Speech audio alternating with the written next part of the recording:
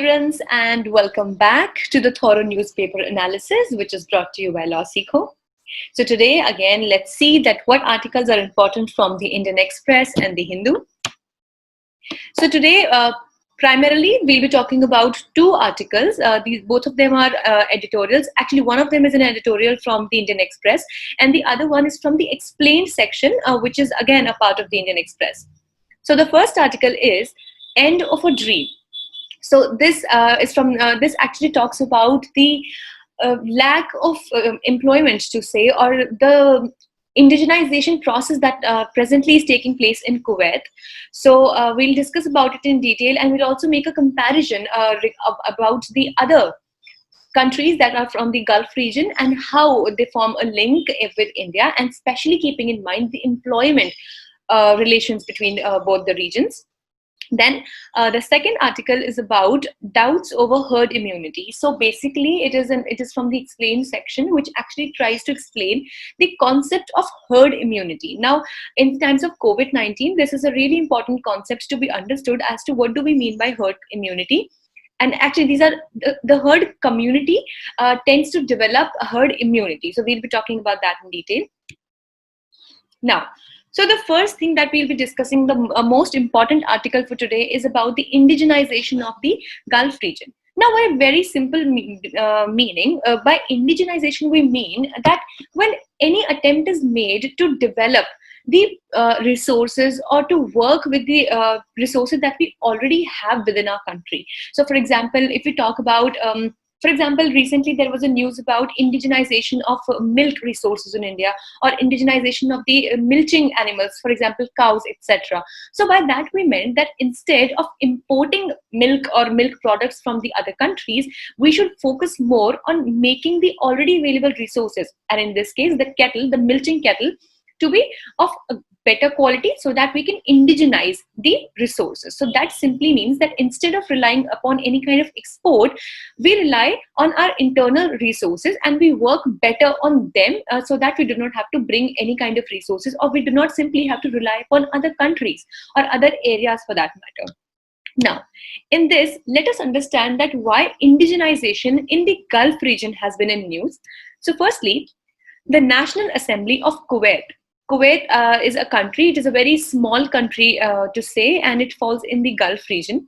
So this National Assembly of Kuwait has proposed a draft bill to limit the percentage of Indian citizens in Kuwait to 15% of its population. Now here, two things need to be understood clearly. First, that it is Kuwait, and it is a country from the Gulf region. So first of all, we need to know that India has very good and strong ties when it comes to two things. First of all, the import of crude oil from the Gulf region, because definitely we know that India depends for about 80 to 85% of its requirements of crude oil from the import. So we basically import it, and most of this is done from the Gulf region. So that is why Kuwait is also an important country, keeping in mind the oil or the crude oil needs of our country. So first thing is this, that should be known. And secondly, when we are talking about the draft bill, so it has specifically limited the percentage of Indian citizens in Kuwait to 15%. Now, by this, we can simply construe and we can easily understand that this must be an evident case that the number amongst the total number of workers that come in Kuwait and work from the outer countries, India or the Indian migrant workers must be the highest, or it must be sharing a huge proportion of that number. That is why a cap of 15% has been applied on the Indian citizens specifically. Now we can understand that why this process must have been done by the by the country of Kuwait, and also we can understand as to what would be the consequences on India. But then again, we'll be discussing about this in detail. So then again, if the bill is passed, now since it is till now it is only a draft bill, but if in case it is passed, then nearly 8 lakh Indians may have to leave Kuwait. So we can understand this, the entirety, or we can say the depth of this issue, that maybe it would be, maybe, and that too we will discuss, that why even Kuwait might have to face something adverse for that matter. But still, taking the best of the situations, even if it is good, even it is a good decision for Kuwait, we can imagine as to what will the Indian government do with these 8 lakh Indians who till the date were earning quite well in that region and were bringing good money to the country, back to the country. And India itself is struggling with the unemployment. The unemployment rates have been unprecedentedly high. Then how will the government be able to accommodate these Indians again back in the country? Then why we should understand that why this issue is not new. So this is not something that has happened really for the first time, and that it has never actually happened or occurred that any of the Gulf regions or Gulf region countries or any such law or bill has been passed ever before. So it has happened, and here are a few examples to it. Like for example, in 2011, Saudi Arabia, so Saudi Arabia is one of the neighboring countries of Kuwait, Saudi Arabia launched the Nitakat law. So it is in general it is known as Nitakat only, but we also it is the name is it's called as Nitakat law. So Saudi Arabia launched the Nitakat law, which is a Saudization scheme. So by Saudization, simply like if we say Indianization scheme, so when we are trying to focus more on the Indians, so similarly it was a Saudization scheme which focused more on the Saudi Arabian workers. So it was a Saudization scheme to introduce quotas in workforce. So it was almost a similar thing like for Abhi, like now Kuwait has done it for a cap of 15%. So Saudi Arabia had already done it in 2011, back in 2011. Then there is another example of 2020 wherein Oman, which is another neighboring country to this area, it proposed phased reduction of expats in workforce. So similar thing, expats is simply the very same thing that we have been talking about, that the people or the labor or the skilled workers to any class they would belong in the workforce who belong to some other country, but then again due to various kinds of benefits or various kinds of work opportunities available, they work in some other country. So for that particular country, they are considered to be as the expats. Now, why did the Indian workers migrate to the Gulf region? Now, for a deeper understanding, it is very important for us to understand as to why some particular area, some particular country is very much fertile for us and for the absorption of migrant workers from our country. Like for example, USA is a very fertile ground when we talk about the IT sector. So the various skilled workers from our country who excel in the IT, that is information and technology sector, who work very well in the service sector. So for them, USA is a very good ground for employment. Similarly, Gulf region also is one of the biggest employers for our own Indian region. Now, why is this happening? So what happened was, in the time of 1960s and 70s, there was an oil boom in these regions. So it was not like since ever that the oil industries were so prevalent in these regions, but it was in the 1960s and 70s when the industry of crude oil flourished to new heights. And for that, they needed new people, new laborers, new workers who were actually skilled to handle this. But on the contrary, the local population in the Gulf countries lacked the necessary skill, because definitely it was a new concept to them, and also it should be known for a general knowledge that though these Gulf countries are very rich to say in their economy, but still as in their crude oil economy at least, but still the levels of their social order, their social education and various other aspects that we have in various other countries still lack in Gulf countries. And this actually is very ironical, since they have good amount of money, but yet their development is not to that level. So maybe due to that reason also, the local population of these Gulf countries were not that skilled, and they did not have the required skills to work in those oil factories or oil plants. So these were the two basic reasons why the workers from India were able to migrate to the Gulf region for work. Now, what changed the relationship between India and Gulf? So now we need to understand as to what were the reasons that this very relationship that we construe as to be one of the strongest relations in terms of employment and trade. So what actually changed? What had actually made them change?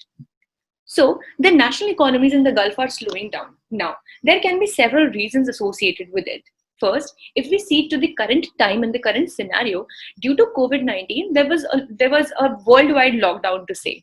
Now, because of that, factories and industries were shut down. Transportation was also it was very less. So due to that, it was also popped several times in the news that the demand for crude oil and to say in a general sense, the demand for petrol and diesel actually dropped down, because obviously if you do not have to drive a vehicle, do not have to ride a bike or anything, so you would not even need a lot of petrol as you needed in the earlier time or in the normal days.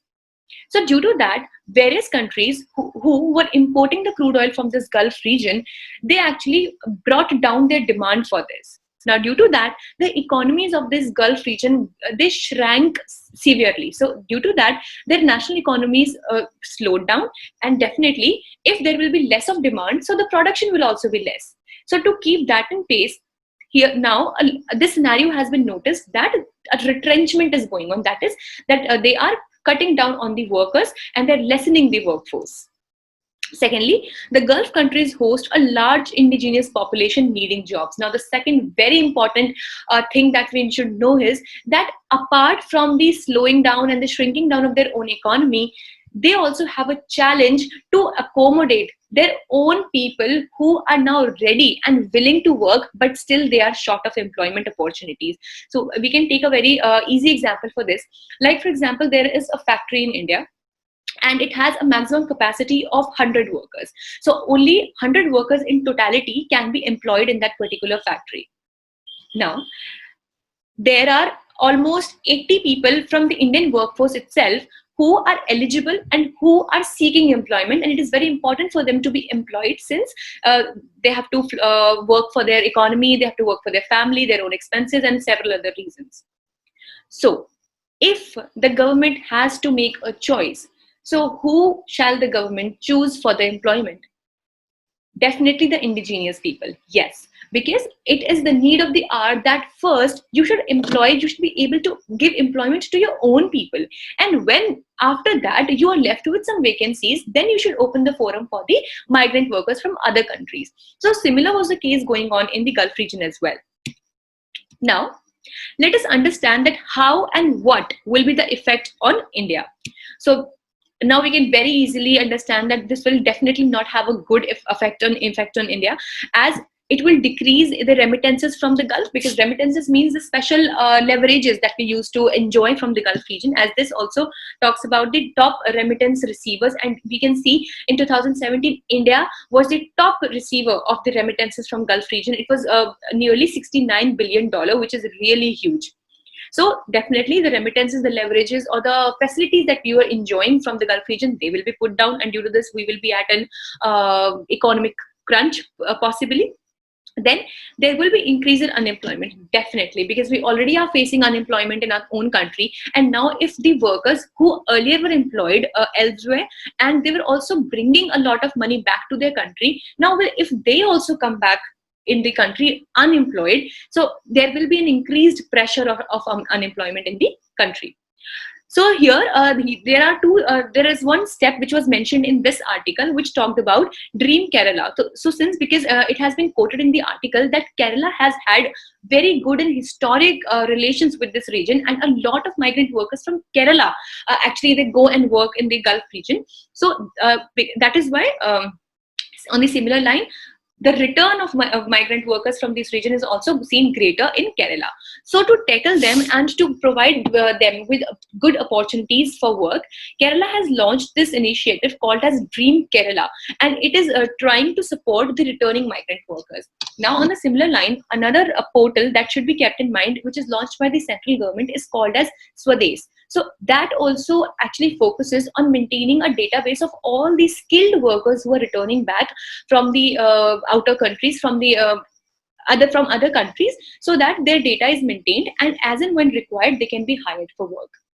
So this was the entire discussion about the indigenization in the Gulf region. That what is the reason that it is in news right now? Why is this happening in the Gulf countries, and especially in the Kuwait, to say about? Then how this actually has occurred, and what effect will it have on India? So this entirety should be kept in mind, because this can be a very potential question from our mains exam point of view, because unemployment is a big problem in India. The relations of India with the Gulf region are very strong, but this can definitely hamper this relation. So a question may arise from this.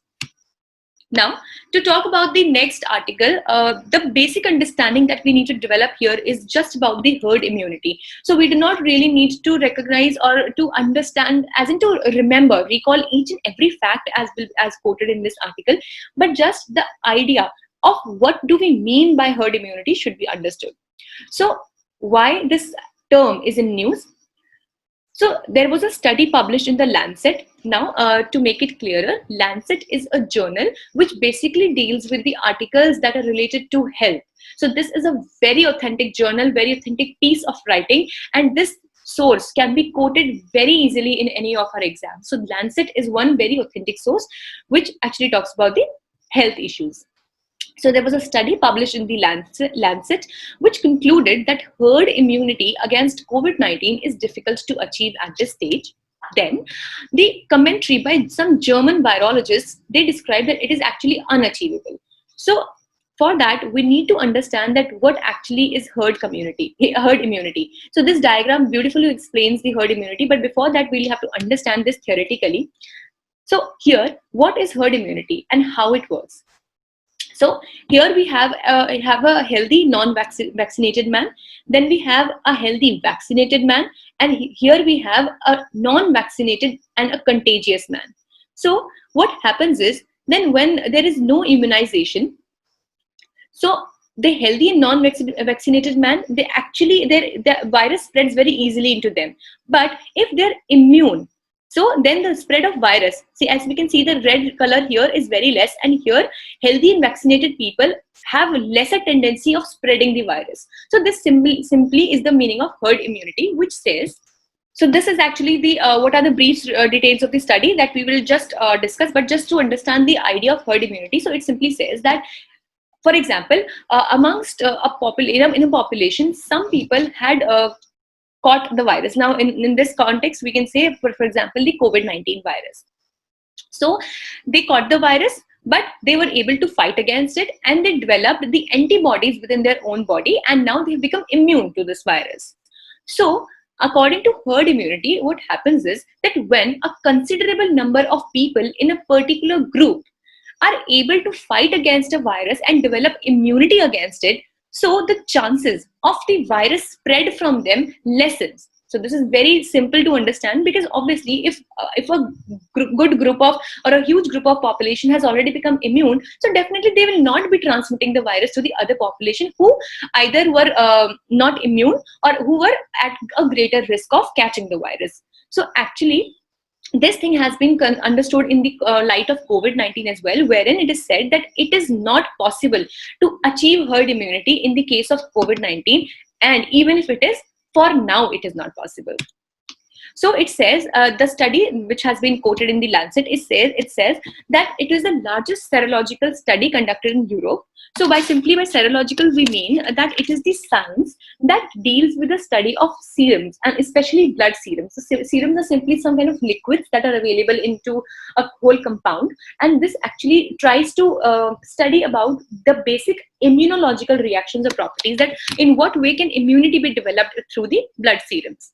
So this actually is not very important for us from exam point of view, but the basic simple meaning should be known. Then it concluded that only 5% of the Spanish population developed antibodies. So this definitely is a very small number, and it cannot be taken to the context of the herd immunity. Now, it says that it is age specific, and seroprevalence prevalence increases with age. And see, these terms might seem a bit jargon-like, but they're very simple to understand.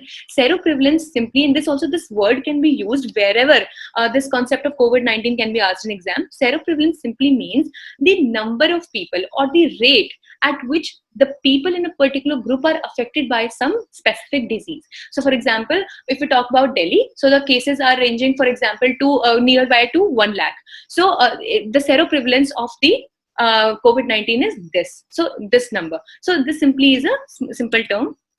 Then what is the current relevance of the study? So simply it says that it reveals that without a treatment or vaccine against COVID-19, achieving herd immunity is impossible. So just to be noted that a question from prelims is most probable to come from this, wherein a question like this can be framed that recently herd immunity was seen in news.